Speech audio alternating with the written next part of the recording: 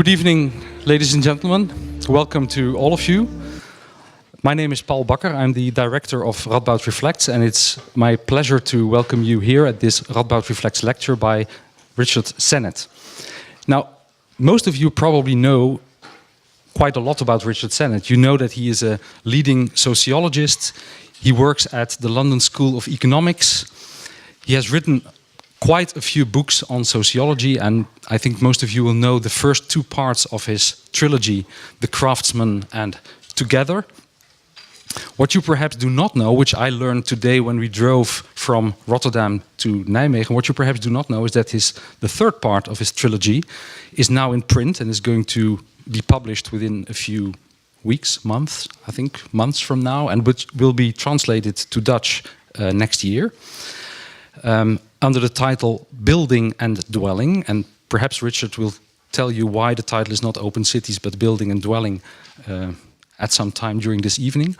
What I didn't know either, and which I also learned during this short trip from Rotterdam to Nijmegen, is that he has been very active as an advisor for the United Nations and the UNESCO. So he's very actively engaged in real society and real societal problems. So we have a very important academic and also engaged speaker tonight. Richard, welcome to Nijmegen. I'm very glad you made the trip, and I would like to give the floor to you. Thank you very much.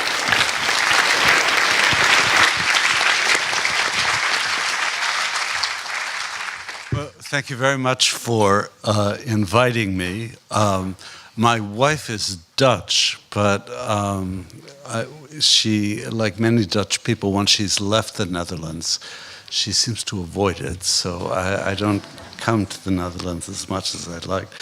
I can tell you why this lecture, which is called The Open City, is not the title of my book.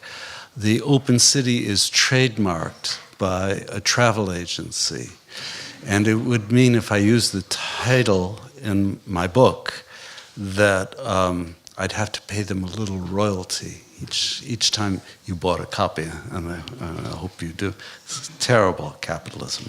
It's awful. I thought what I would do is, since I've just finished the book, that I would give you an overview of some parts of it and show you some of the, visually, some of the work that it's based on. And I'd love to get your responses from it.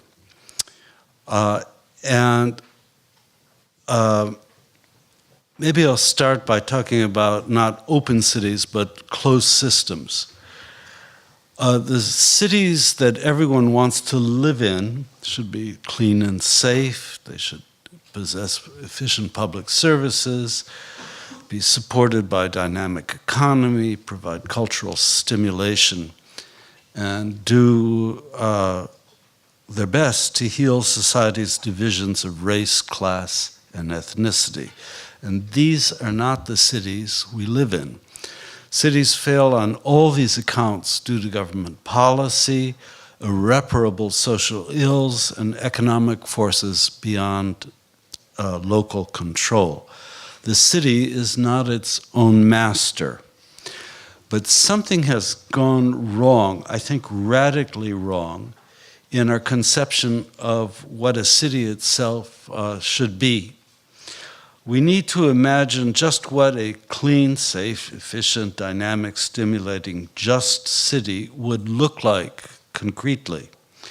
And we need those images to confront critically our masters with what they are doing. In my view, just this critical imagination of what a city should be is weak.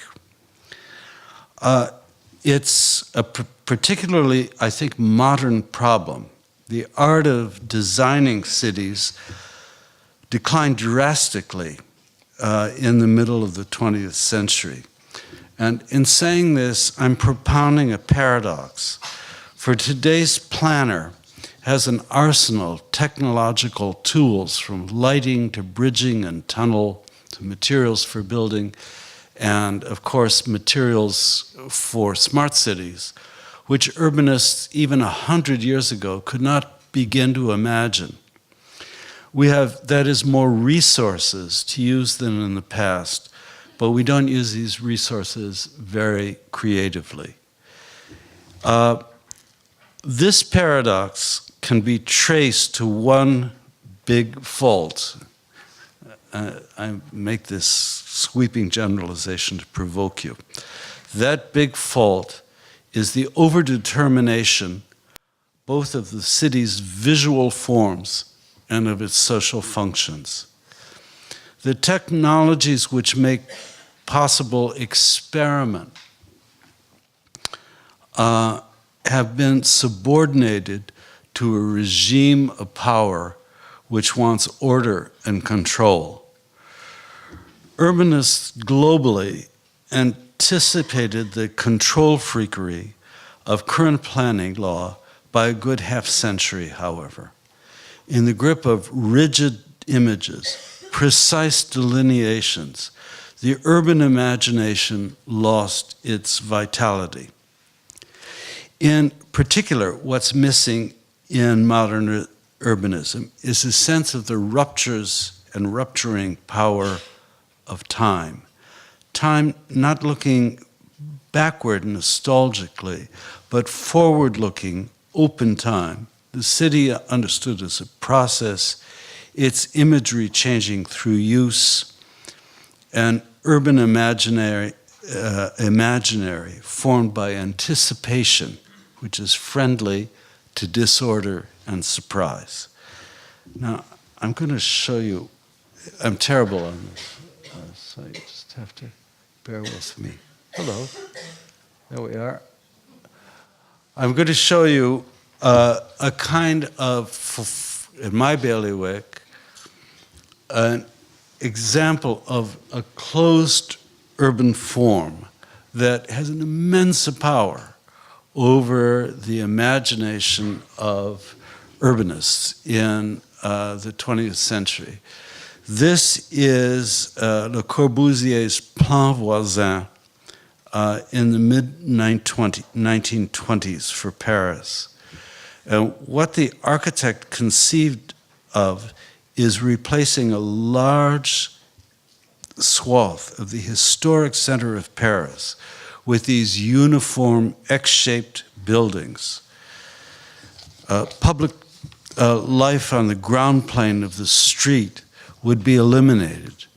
The use of all buildings would be coordinated by a single master plan. Today you could do it by a control center using certain kinds of smart technology. And not only is Corbusier's architecture kind of industrial manufacture of buildings, he's tried in the Plan Voisin to destroy just those social elements of the city which produce change in time by eliminating the unregulated life on the ground plane, the place where people live and work here is in isolation farther up. Here's what, let me see if I can do this. I keep doing this, there we go. Here's what he wanted to do. He wanted to erase this section of Paris with all of its capillaries, its forms of diversity in the street, with something which regularized and annulled social interaction. Here's one of the buildings he wanted. No, I've eliminated that for you. This dystopia became resident reality in various ways. The plan's building type shaped public housing from Chicago to Moscow. This is one in Chicago. It's very resonant to me because I grew up in one of these buildings. Which came to buildings, housing estates, which came to resemble warehouses for the poor. Corbusier's intended destruction of vibrant street life was also realized in suburban growth for the middle classes, with the replacement of high streets by monofunctional shopping malls and, of course, by gated communities, but also by schools and hospitals built as isolated campuses. The proliferation of zoning regulations in the 20th century is unprecedented in the history of urban design. I mean, what we take for granted is something that people designing cities a century ago would thought, what is this? Why are there so many rules? And the reason there are so many rules is that bureaucratization of building is a way of suppressing social activity. This proliferation of rules and bureaucratic regulations has disabled local innovation and growth, frozen the city in time. Now, I would just want to explain this too. This is a very resonant image to me from my work with the UN, because we were involved in trying to combat this kind of building. They look very different, don't they? The skins of them. In fact, these buildings all have exactly the same internal structure. In fact, they're carbon copies of one another. They're all the same with different skins on the outside. Isn't that amazing? You can make what looks like a variegated urban environment simply by putting on, as it were, lipstick on the same face. And for us, this is true all over the world, that this kind of building, which gives this simulacra of difference and diversity in the environment, is underlined by a reality of highly standardized building forms, which are very rigid. And this, you could see this anywhere in the Middle East, and now you can see it in China as well. This is an applique, so that what the eye is seeing is not what the engineer or the urbanist knows is actually going on. This is a kind of homogenized standardization of the built environment. The result of overdetermination is what could be called the brittle city. Brittle is unbreakable. Modern urban environments decay much more quickly than urban fabric inherited from the past. As uses change, buildings are now destroyed rather than adapted. Indeed, the overspecification of form and function makes the urban environment peculiarly susceptible to decay. The average lifespan of new public housing in Britain today is now 40 years. The average lifespan of new skyscrapers in New York is 35 years. That is, these are enormously energy and energy using and ecologically inefficient structures. And when they've outlived this short lifetime, they come down. So there's a huge environment which is constantly destroying itself. I wanted to show you one example of that in Masdar, in smart city thing. The analog to this in a smart city, what the tight fit between form and function does. This is Masdar is a model smart city in the Middle East, in the UAR. These are docking stations for self-driving cars, modeled for this earlier vision of this car, which happens to be designed by Frank Gehry and my friend William Mitchell. the car has evolved due to the way the growth of lithium batteries, so that it can be a much bigger car than was originally designed for the docking station. So these are now being torn down. The principle here is that a tight fit between form and function produces technological obsolescence. It's a fundamental principle of closed systems. They fit tightly together, and because they fit tightly together, they're brittle in that basic sense. They produce a kind of technological obsolescence of which this is an example. Everything has to be rebuilt here, each one of those little parking spots, because you get the cars are too big for it, and it's a matter of 6 years.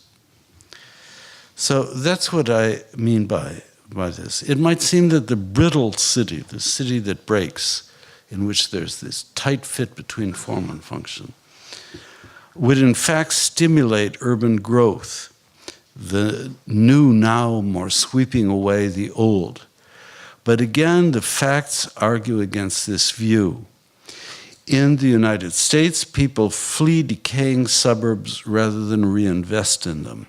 In Britain and on the continent, as in America, renewing the inner city more often means displacing the people who have lived there before than revitalizing the neighborhoods in which people have lived. Growth in an urban environment is a more complicated phenomenon than simple replacement of what existed before. Growth requires a kind of dialogue between past and present. It's a matter of evolution rather than erasure. And this kind of growth can't evolve. Now, this principle is as true sociologically or socially as it is architecturally. The bonds of community cannot be conjured up in an instant with the stroke of the planner's pen. They require time to develop. Today's ways of building cities, segregating functions, homogenizing populations, preempting through zoning and regulation the meaning of place, fail to provide communities the time in space needed for growth. The brittle city is a symptom. It represents a view of society itself as a closed system. The closed system is a concept which dogged state socialism throughout the 20th century, as much as it shaped bureaucratic capitalism. This view of society has two essential attributes: equilibrium and integration. The closed system ruled by equilibrium derives from a pre-Keynesian idea about how markets work. It supposes something like a bottom line in which income and expenses balance. In state planning, information feedback loops and internal markets are meant to ensure that programs do not overcommit, do not suck resources into a black hole. I'm quoting from a recent document distributed to us about our budget. Such is the language of recent reforms in the health service, familiar again to urban planners in the way infrastructure resources for transport get allocated, which is to say that the limits on doing any one thing really well are set by the fear of neglecting other tasks. In a closed system, a little bit of everything happens all at once. That's the relationship between equilibrium and quality, in my view. The more equilibrium, the lower the level of quality in the system as a whole, because you don't commit, you don't make a decision to do something really well, even though it may disturb the system. Second, a closed system is meant to be integrative. Ideally, every part of the system has a place in an overall design. The consequence of that ideal is to reject, to vomit out experiences which stick out because they are contestatory as disorienting. Things that don't fit are diminished in value. The emphasis on integration puts an obvious bar on experiment.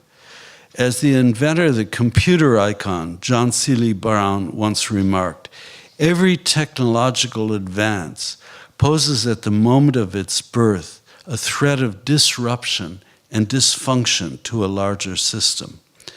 The same threatening exceptions occur in the urban environment, threats which modern city planning has tried to forestall by accumulating a mountain of rules defining historical, architectural, economic, and social context. Context being a polite but potent word in repressing anything that doesn't fit in. Context ensuring that nothing sticks out, offends, or challenges. As I say, the sins of equilibrium, by the way, I'll show you, just go back to this Corbusier. If I can get back there. I don't know what I'm pointing at to get you back here, but let's assume it goes back. Hello. There we are. This is an equilibrated system. Each one of the parts, oh, thank you. Each one of the parts, which is this building, is integrated with the others. All right? It's a brilliant road system, traffic. The roads are completely balanced. The parts are additive in the sense that you can add more and more and more, and you still have a system which is functional because its parts are homogeneous. That's the way integration works. Now we go forward here. So horrible, all of this stuff. Okay, this is much nicer to look at. As I say, the sins of equilibrium and integration bedevil coherence. Planners of education, planners of healthcare, as much as planners of cities, it bedevils them too, the notion of making something equilibrated and cohering. And these sins have crossed the line between state capitalism and state socialism. The closed system represents the 20th century bureaucrats' horror of disorder. The social contrast to the closed system is not the free market, nor is the alternative to the brittle city a place ruled by developers who are going new. That opposition is, in fact, not what it seems. The cunning of neoliberalism in general, and it was to speak the language of freedom, while in fact manipulating closed bureaucratic systems for private gain by an elite, which is what happened in the Tokyo illustrations that I showed you. Equally, in my experience as a planner, those developers in London, as in New York, who complain most loudly about zoning restrictions, are all too adept in using these rules at the expense of communities. I don't believe it. The contrast to the closed system lies in a different kind of social system, not in brute private enterprise. A social system which is open rather than closed. The characteristics of such an open system and its realization in an open city I want to explore with you now, and I'm going very slowly, so I may abridge some of this. The idea of an open city is not my own. Credit for it belongs to the great urbanist Jane Jacobs in the course of arguing against the urban vision of Le Corbusier. She tried to understand what results when places become both dense and diverse, as in packed streets or squares, the functions both public and private. Out of such conditions, the unexpected encounter, the chance discovery, the innovation occurs. Hers is a view reflected in the bon mot of the literary critic William Empson, that the arts result from overcrowding, and that could be extended to all of the city's social life as well, and economics as well as its arts.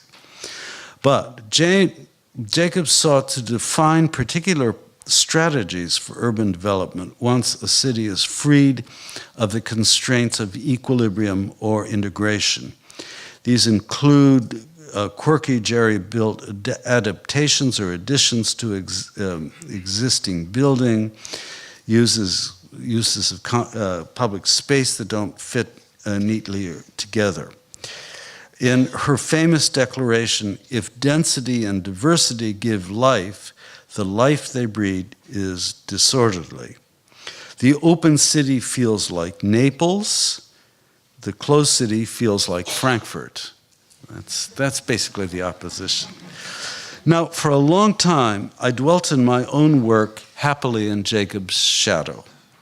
Both her enmity to the closed system, through the formal concept of closed system is mine, not hers, and her advocacy of complexity also is mine. But recently, I have parted ways with her because she basically, to her, building in an open way is something that emerges from the way in which people live. And in the course of the work that I'm doing, and particularly in this book, I'm trying to argue that there are certain ways of building which can encourage the social life of cities to become more open. I don't believe in architectural determinism, but I think that we can make cities physically in some ways which open them up socially. And that's what I'm going to talk to you about tonight. And I'm going to focus on three of these. The first of them has to do with edges between places. The second has to do with the building of incomplete form. And the third has to do with a certain kind of strategy for building urban narratives. The edges I want to talk about are porous edges. That is, edges between different communities or different functions which allow different kinds of people to interact with each other. And I'm going to start with something that may seem counterintuitive to you, which is a wall. This is a wall in Avignon, and it might seem like it's an edge which is completely, it's the edge between the city and the country, which completely inhibits porosity. But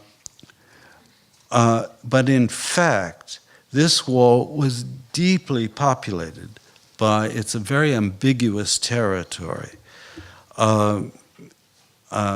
It harbored those who were people who were outcasts in the city, Jews, Muslims, in the case of Avignon, people who had to get away from exposure in the center. It was a place where all the trade in stolen or gray goods, as we say in English, occurred. So this was a place where itinerant peddlers would come to do their business. The wall is alive.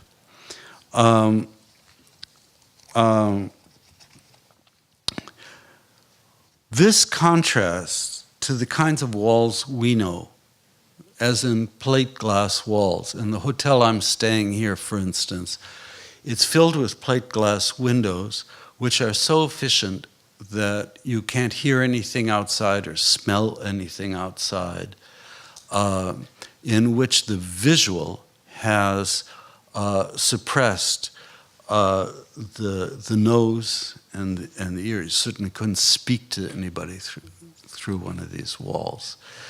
What we know are kinds of walls that don't have this kind of porosity of lots of things happening at the edge. Nothing develops at either side of the kinds of transparent walls we know. You have dead space on both sides of the wall. Another example, which is counter to this, is a wall of traffic, used as we are confronted almost every week in planning efforts the UN is doing with planners in India, with the use of traffic walls as a way of separating rich and poor communities, or Muslim and Hindu communities. The way to keep it safe is to run a highway between the two of them. That's another kind of wall which looks different than this, in which the edge itself is absolutely inhabited. Now, I'd like to just step back for a second and say, what does this mean between a wall as open and closed? It's a distinction we find in nature, and we'll talk about this later, at border work, between what could be at the edges of things, between what could be called borders and boundaries. Ecologists like Stephen Gould draw our attention to an important distinction in the natural world, that between borders and boundaries. The boundary is an edge where things end. The border is an edge where different groups interact. In natural ecologies, borders are the places where organisms become more interactive due to the meeting of different species of physical conditions. For instance, when the shoreline of a lake or sea meets solid land, as here, this is sort of like a medieval wall. Got my images out of...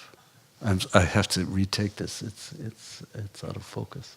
Anyhow, what you can see is that this edge between land and sea is the most intense area of biological interaction between species, much more than even 100 meters into the water or inland. This is, and the same thing is true of temperature layers within a body of water, where layers meet to find the zones of the most intense biological activity. Not surprisingly, it is also at the borderline where the work of natural selection is the most intense. Whereas a boundary is a guarded territory, and I'm going to show you one, my favorite, as established, for instance, by prides of lions or packs of wolves. This is how I waste my time of the students at the London School of Economics.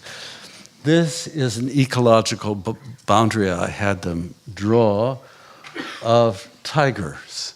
Now, you know that a tiger establishes a boundary by peeing or shitting, and it's a warning to other tigers to stay out. It's, we, as I say, have wasted their time by having them gather this data. And you can see what happens here. Each one of these boundaries is essentially in the red, is a place where tigers have established firm boundaries where prides of tigers do not cross into other tiger zones. It's a place of low intensity. It's a place which the edge is meant to diminish interaction. One way to put this is that the boundary establishes closure, whereas the border functions more like that medieval wall. The border is a liminal space, if you want to put this in philosophical jargon. In the realm of human culture, territories consist similarly of boundaries and borders. In cities, more simply, there is a contrast between gated communities and complex open streets. And I'll show you some examples of this. Hello. This, let me start with the next one. This is a boundary condition. We're working in Dharavi in Mumbai, very, very poor community. And the boundary condition here is twofold. On the one hand, the relation between the street and the dwellings is porous. You can just walk in and out on the street. The street is a place where people are selling food and selling illicit electronic goods and so on. The inside is a place where they're working but open to the street in another way. It's also a boundary, it's a border also in a vertical dimension. People make baskets or they repair phones on the ground floor inside. Up on the second and third floors are where people live. And so they can walk up and down, in and out, in this condition of porosity. And that's, many of the people who come to buy food will then go buy a basket inside. There is a relationship between work and family because the vertical relationship between these floors is very flexible. Here, oops, sorry. Go back. These are out of order. This is a different kind of porosity. This is 2 streets over in Dharavi. And what you see here in the back, you see this train.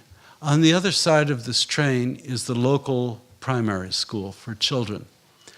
And the children have to learn, Indian trains are, shall we say, not of the most orderly and regular. Their schedules are flexible. That's a nice way to put it. And what it means is that the children have to learn to read this environment at all hours of the day when they cross from the street into to go to and from school and to come home for lunch, things like that. And this is a kind of more threatening kind of porosity. It's something in which people have to learn a kind of street smarts for children to practice hearing a train even when they can't see it, to peering around the edges of these buildings and so on. It's also parents come to collect the children at the end of the day, not in the beginning. And they too have to deal with the fact that there's a porous relation between the infrastructure and the habitation of the street. So this is, the idea of porosity is not simply a mixture, which is nice. It's also something which makes demands on people's intelligence to master. But this distinction about edges cuts deeper. When we imagine where the life of community is to be found, we usually look for it in the center of the community. When we want to strengthen community life, we try to intensify life at the center. The edge condition is seen to be more inert, and indeed in much modern planning practices, as in the sealing of communities with highways, it lacks any porosity. But neglect of the edge condition, I'll go back to this, means that exchange between different racial, ethnic, and class communities is diminished. To me, the most interesting thing about this street is it's shared by Muslims and Hindus. It's really remarkable, you know, because India has, and continues, as you know, to have a long trauma of violent ethnic conflict. But here they are. They're learning bodily on the street how to live with each other day by day. And it's this physical porosity, rather than any number of well-meaning texts about integration, mutual understanding, that's all garbage. To make porosity work, you need physical conditions like this. They have to be designed. They have to be created. No, I'm going to skip, because I'm talking far, far too much. I want to talk to you next about incomplete form. The discussion of walls and borders leads logically to a second systematic characteristic of the open city, incomplete form. Incompleteness may seem to be the enemy of structure, but this is not the case. The designer needs to create particular physical forms of a particular sort, which are incomplete in a special way. And I'm going to show you an example of this.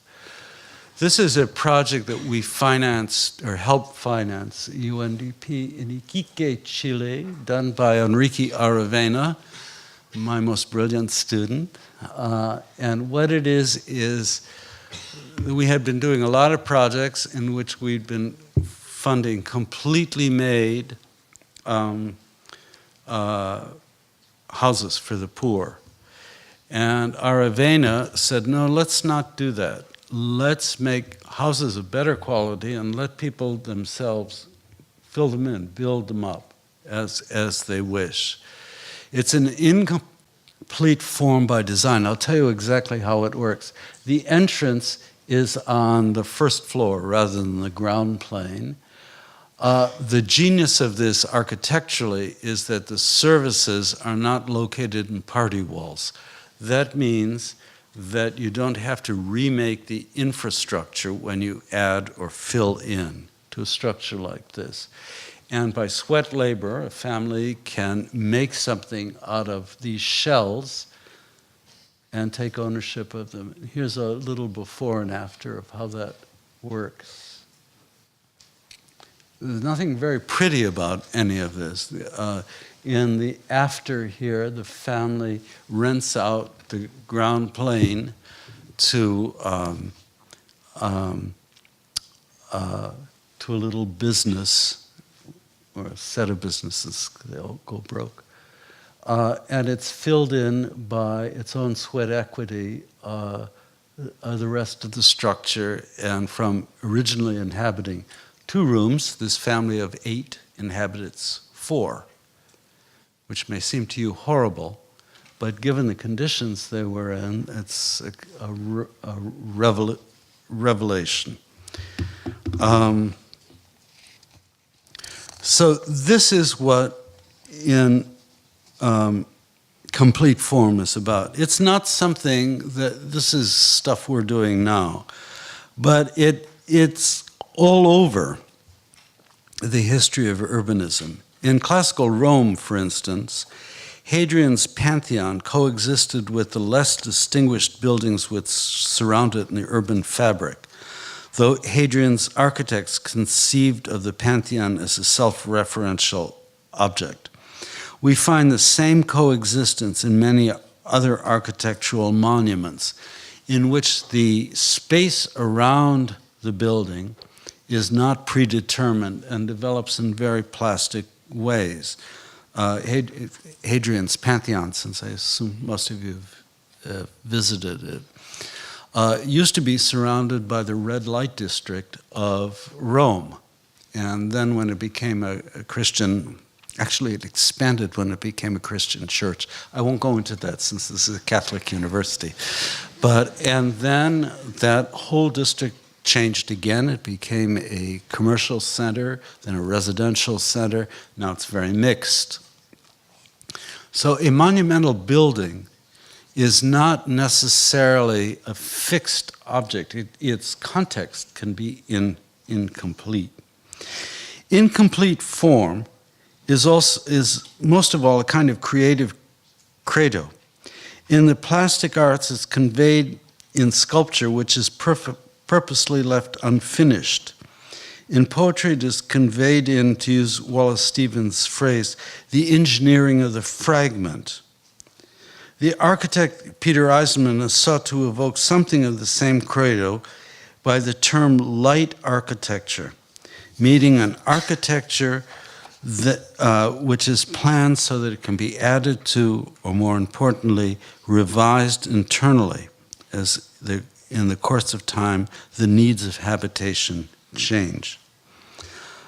This credo opposes the simple idea of replacement of form which characterizes the brittle city, but it's a demanding opposition. It is, as a plan, inefficient. It privileges what can't be foreseen in advance. There is not a tight fit between form and function. And to create structures like this is very difficult economically. You can imagine people want to have a shopkeeper mentality. They want to know what they're buying. Perfectly reasonable. But knowing too much what they're buying can mean that the form itself decays. Whereas in these kinds of forms, and this was the challenge for us investing in this, we didn't know that things might work out this way. And many of these plans, many of these buildings fail because people themselves are poor builders. It's a risk, you know. The incompleteness is a form of risk-taking. I want to talk thirdly about, and I'll go very quickly here, about narratives of development. And by that it means focusing on the stages in which a particular project unfolds. I can't forbear but to show you this. This is another kind of incomplete form, and I did this when I was a planning commissioner in New York. This is a highway under the west side in Harlem. I didn't realize I'd put this in.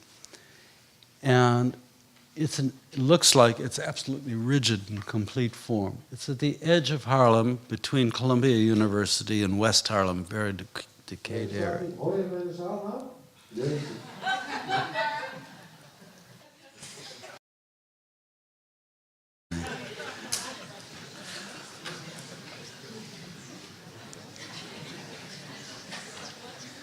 Here's what we put into it. We put a grocery store, which is used both by blacks in Harlem and by Columbia University. And we saw this form as incomplete, that it could be added to. This is no different than the Iquique plan in Chile. So let me conclude by saying that a lot of times in development, what we try to do is create a kind of narrative structure for something to unfold in time. I'm going to explain this one too. This is in Bogota. It's a building we bought. On the ground floor are lots of, you didn't hear me say it, traders in stolen goods. And, and they sell these goods on overturned cardboard boxes. And we gave them a space to do that. As I said, don't ask me too much about that. But one floor up, on the first floor, are people who are still dealing those goods, but they have created little shops. They've taken 4x8 panels of plasterboard and made little shops. The ones who survive on the ground floor will make the shops on the first floor. And then on the second floor are successful traders or long-term traders who have made these same shops, but they're now dealing in more licit goods. And that's very important in places like Colombia because legal goods have guarantees with them. If you buy an iPhone on the ground floor and it's a dud, it's your problem. If you buy an iPhone on the second floor, it comes with a guarantee. And everything is sold here. Washing machines, air conditioners, and so on. So this is our approach, that we are trying to find and renovate and make available buildings in which this kind of narrative can proceed. So, which is literally open the city up. So this is basically what my book is about. Ways in which we can use design to open up the city, to rescue it from its current condition, which is a bureaucratized, formalized, closed system. And the political point of this is to open up the city for the poor, who in a closed system are shut out. So I hope you read the book. I don't know what the Dutch translation will be like, but you all understand English, so you could read it in English as well. So this is something maybe we can now discuss. Yeah, great.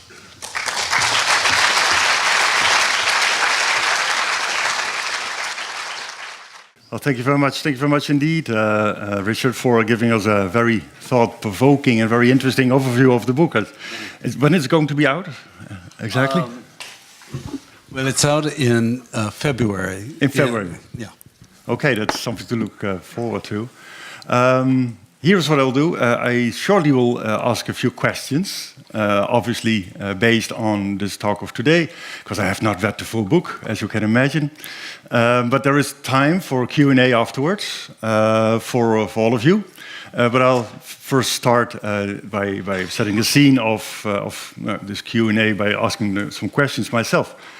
Again, thank you very much for a very inspiring talk. And I think it's very learningful for us geographers, for sociologists, for anthropologists, and in fact for many disciplines. I think your talk has been very interdisciplinary, and I like that very much. You cross borders, as it were, across disciplines too. So in general, I'm very sympathetic to the argument of incompleteness, porosity, ambivalence, and ambiguity. I think these terms they go against the dominant trend of today, I would argue. You know? Today we are living perhaps in a time of bunker builders, perhaps. Borders and walls are built everywhere. Here in the European Union, at the external border of the European Union, and of course by Trump, in the US. So we're living in a bunker time, as it were. So this sound is a very welcoming sound. It goes against the grain of current society and current makeup of society. And I think that needs to be applauded for. Of course, but I do have some questions, some critical comments. But I think in general, I'm very sympathetic to the argument made. Now let me zoom in on borders aspects, if I may, and say something about where I'm coming from. You say you come from Chicago. I come from a town. Not too many people here are familiar, perhaps, with this. I come from a town named Helmond. That says it all. That says it all. Right there. That's exactly where I'm coming from. Hence the fascination with borders, perhaps. Because I think, and I came from the wrong side of town. I came from, there was a canal right through the center of Helmond. And the city has a bad name, as you can imagine, hearing the laughter. So the city is a border. So the open city in itself is the border, but in the city center there is this canal, and I was living on the wrong. It was seen as the wrong side of the border, because there was the underclass, the poor, the underdeveloped, and the other side was the elite, and it was seen as such. And throughout my younger years, I realized more and more that the only border that was there was basically not morphological, but the only border there was really in my mind. So basically, the whole border was a social construct. I realized it was politicized to some extent, and it was repeated over and over again. But it was more of a social construct than a design. It was not a conscious design in any case, but it was a divider socially, and it was politicized. But most importantly, it was a social construct. Now, my question is basically related to this: to what extent is a border view a design, a physical one, Is it a matter of morphology, or is it more of this imaginative border, a social construct that we give meaning to, rather than it already is giving a meaning? How would you?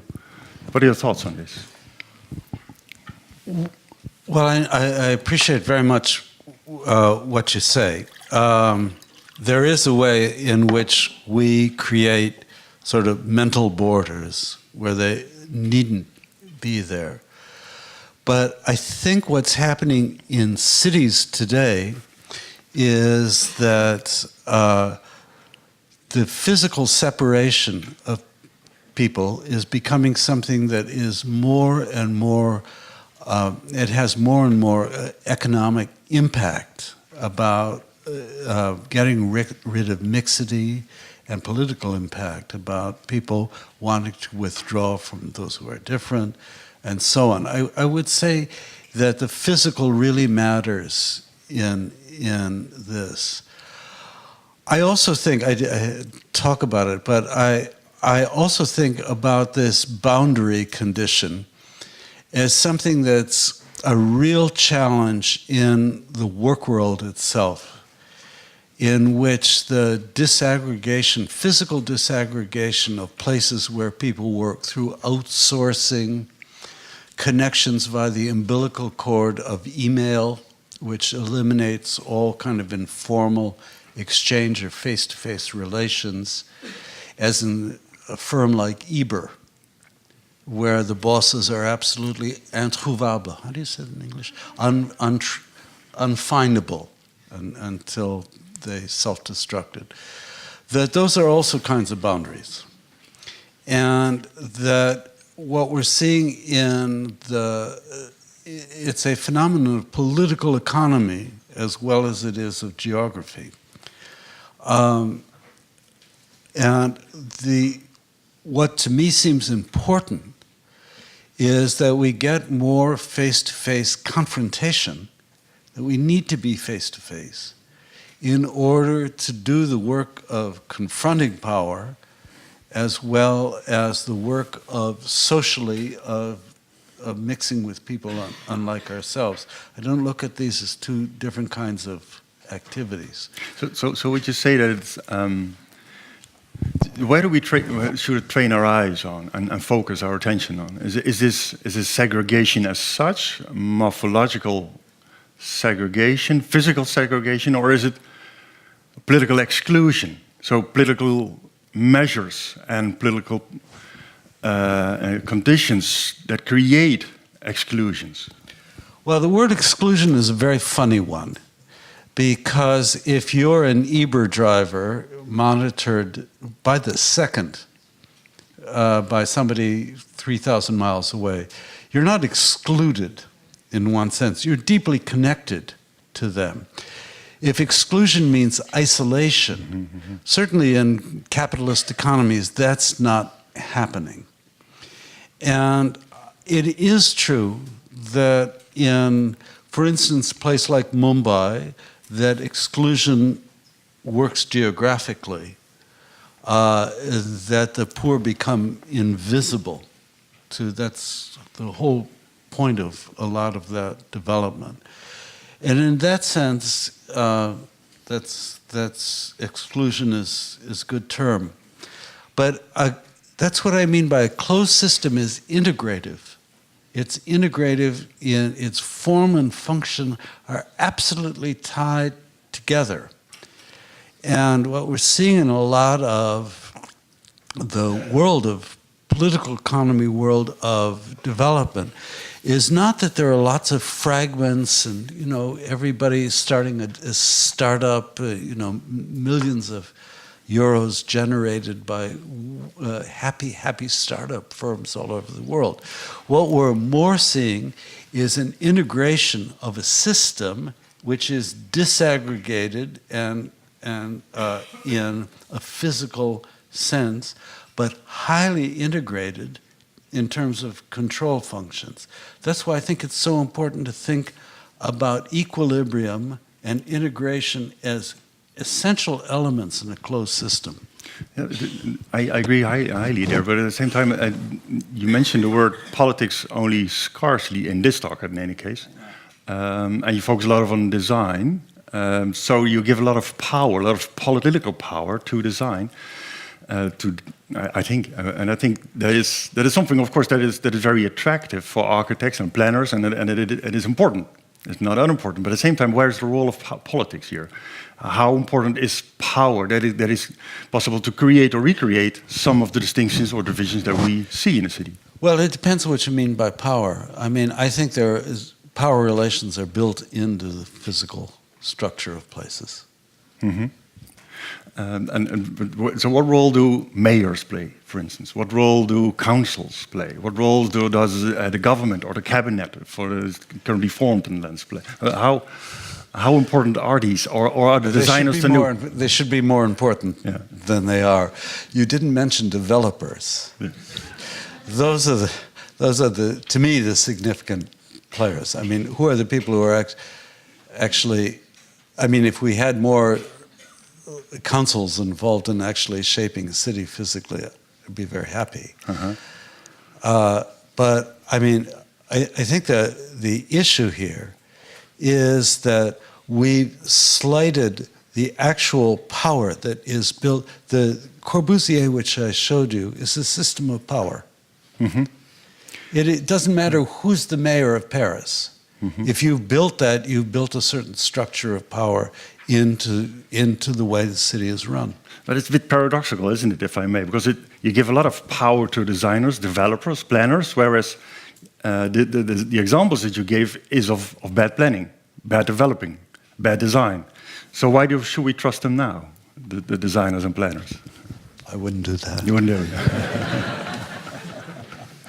No, but in general, I think it's interesting because in preparation of this talk of today and the interview of here today, I watched some from earlier lectures of yours, and I think in one of those you said, "Well, I think power should be given to designers because we have to give it back to people, people-driven, organically built cities." But in the same lecture he said, "But I won't give it to Trump. I will not give it to Trump. Although he's the man in control and he says we have to give it back to the people, I won't give it to Trump." So apparently you are able, as a designer or a planner, or in any case as someone who is an advisor in this role, are able to make a distinction between good and bad planning, but also between good and bad people. So you're building for the people, but apparently some people are better than others, or not? That's the way life is. Yeah. Yes, that's true. What I would say about this is a structural thing. Well, we have tried to experiment with, and I couldn't talk about this. We're very interested in co-production. And co-production is something where you get, in a community, you get community residents, community groups, who co-make design with people who have an expertise. And the idea is to break down the notion, which is typical, and this is maybe less true here than it is in out of Europe. But typically, what happens in what's called the planning process is that somebody will make a design, and then it's presented for public consultation as a kind of after-the-fact thing. The community goes crazy, this is terrible, blah, blah. And the planner says, "Thank you, I'll take it all under advisement. It's been so wonderful having this discussion," and then the design is built, just as originally designed. And that's in Latin America, for instance, it's almost you could make an opera out of it. You know, Act 2 is outrage, and Act 3 is the return. You know, so what we have been trying to do, and what I try to lay out in the book, are ways in which communities and urbanites and urbanists can actually produce things together, and there are technical ways of doing that. The most important part of that process, however, is that at a certain point, once the variety of designs are generated, that the expert exits. And that the decisions about what to do among alternatives for like a local school or local libraries, which I describe in the book, are left to the community.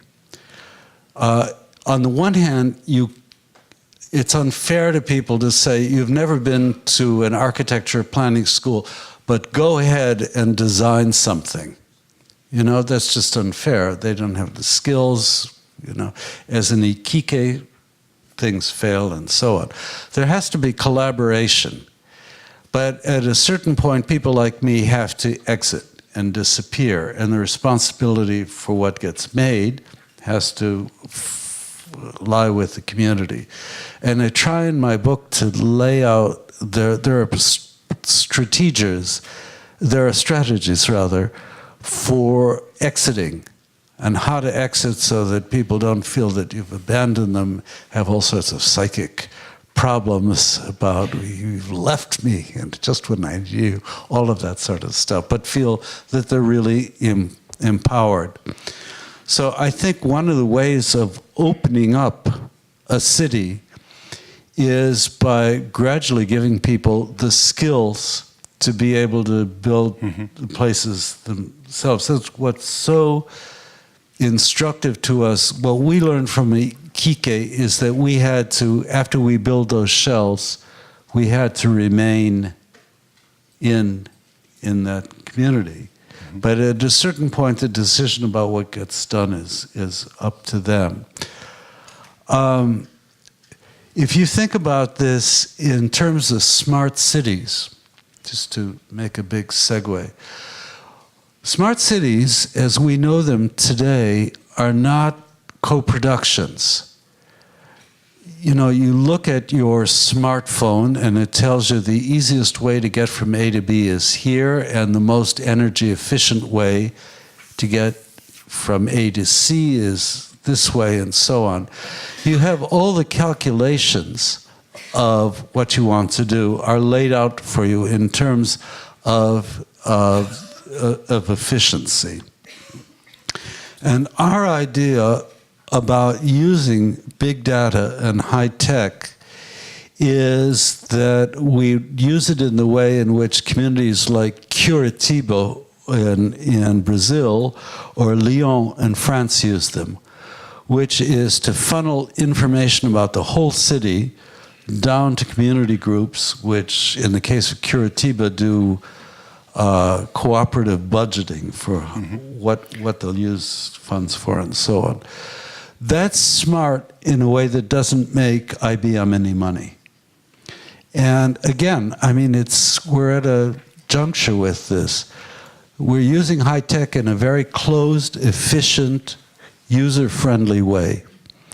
And if we want to open up if we want them to be smart cities which are open, then they're going to be messier, less efficient, but more democratic. And how do you avoid that then that a city will become again a bordered city in your terms? Because it could very well be, although you empower them, although you focus on collaboration and cooperation, how do you make sure that the desire that people have is focused on openness? Because it is, I would argue, also a desire for people to have borders. To have borders as a refuge, as a resource, maybe to play football against, or to hide behind, to be anonymous in a city. So borders are not necessarily, perhaps, only a bad thing. They could also be very useful, no? as a resource. So where to draw the line? Where to draw the border, as it were, between a bad border and a good border? Yeah. And who's to say what a good border then is? Yeah. Well, I'll tell you what my own view is on this. And it has, I may seem to be coming out of a different place, but I hope this is a response to what you're saying. I don't think it's natural for people we can't treat the problems of diversity and of withdrawal as a disease that can be cured. there's a lot of sort of good-hearted speak, what I think of as social democratic speak about the notion of, and particularly prevalent in the UN, about, you know, people coming to understand each other and living peaceably together, as though once you've done it, it can hold. In my view, the refusal of others, what you're talking about, the withdrawal, is like a chronic illness. And like any chronic illness, some of its symptoms have to be treated. You can live with the chronic illness, but you can never take it, get rid of it. And my view of the way to look about the problem of whether people want to live with others unlike themselves is that if you think about it as a chronic illness, the question is, how do you treat it so that there are moments or years or even decades where they feel confident enough to do that? My own view of this is that if people come to feel physically comfortable about dwelling with different people, physically in the presence of other people, it's something that's an everyday experience for them, that's a way of treating this kind of chronic disease, which is the desire to withdraw. It's something, you know, I saw at a very small scale when I opened this. I didn't open it. Well, I did open it, actually. This grocery store in Harlem, under the highway tracks. At first, people felt very uneasy, these whites and blacks, about standing in the same lines to buy a pint of milk or some cigarettes. After a while, you could just read in the body language that they weren't so aversive to being mixed with each other. Does it cure racism? Absolutely not. How could it?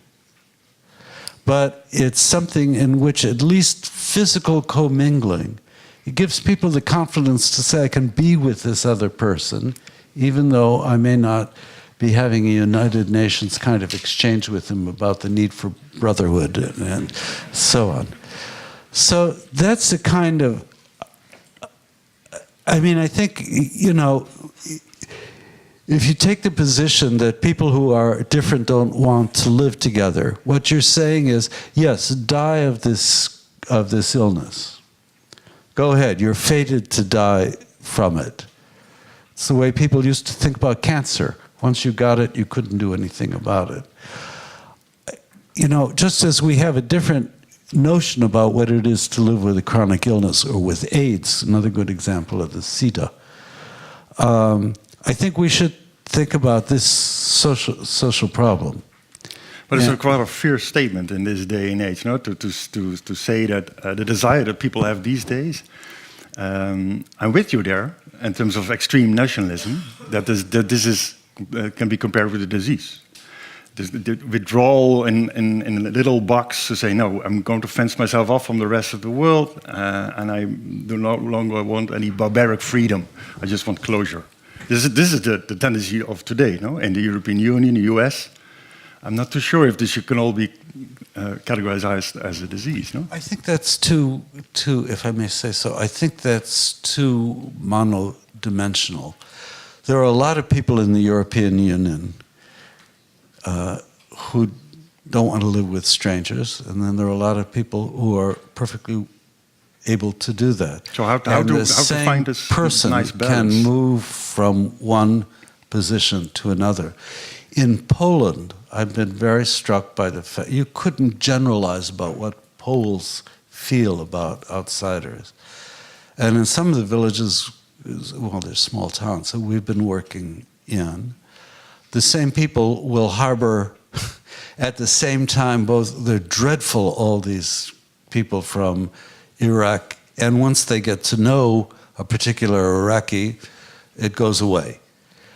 It's neither one thing nor the other. And I think, I feel this way about, we know this with people who voted for Trump. They voted for him, and a month after they voted for him, they hate him.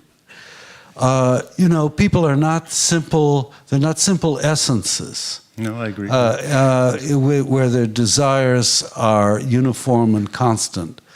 And I think that mixity and impurity is a basis from which any kind of social vision has to start, rather than we're going to fix something so that people who are evil are now good, or people who are small-minded are now large-minded.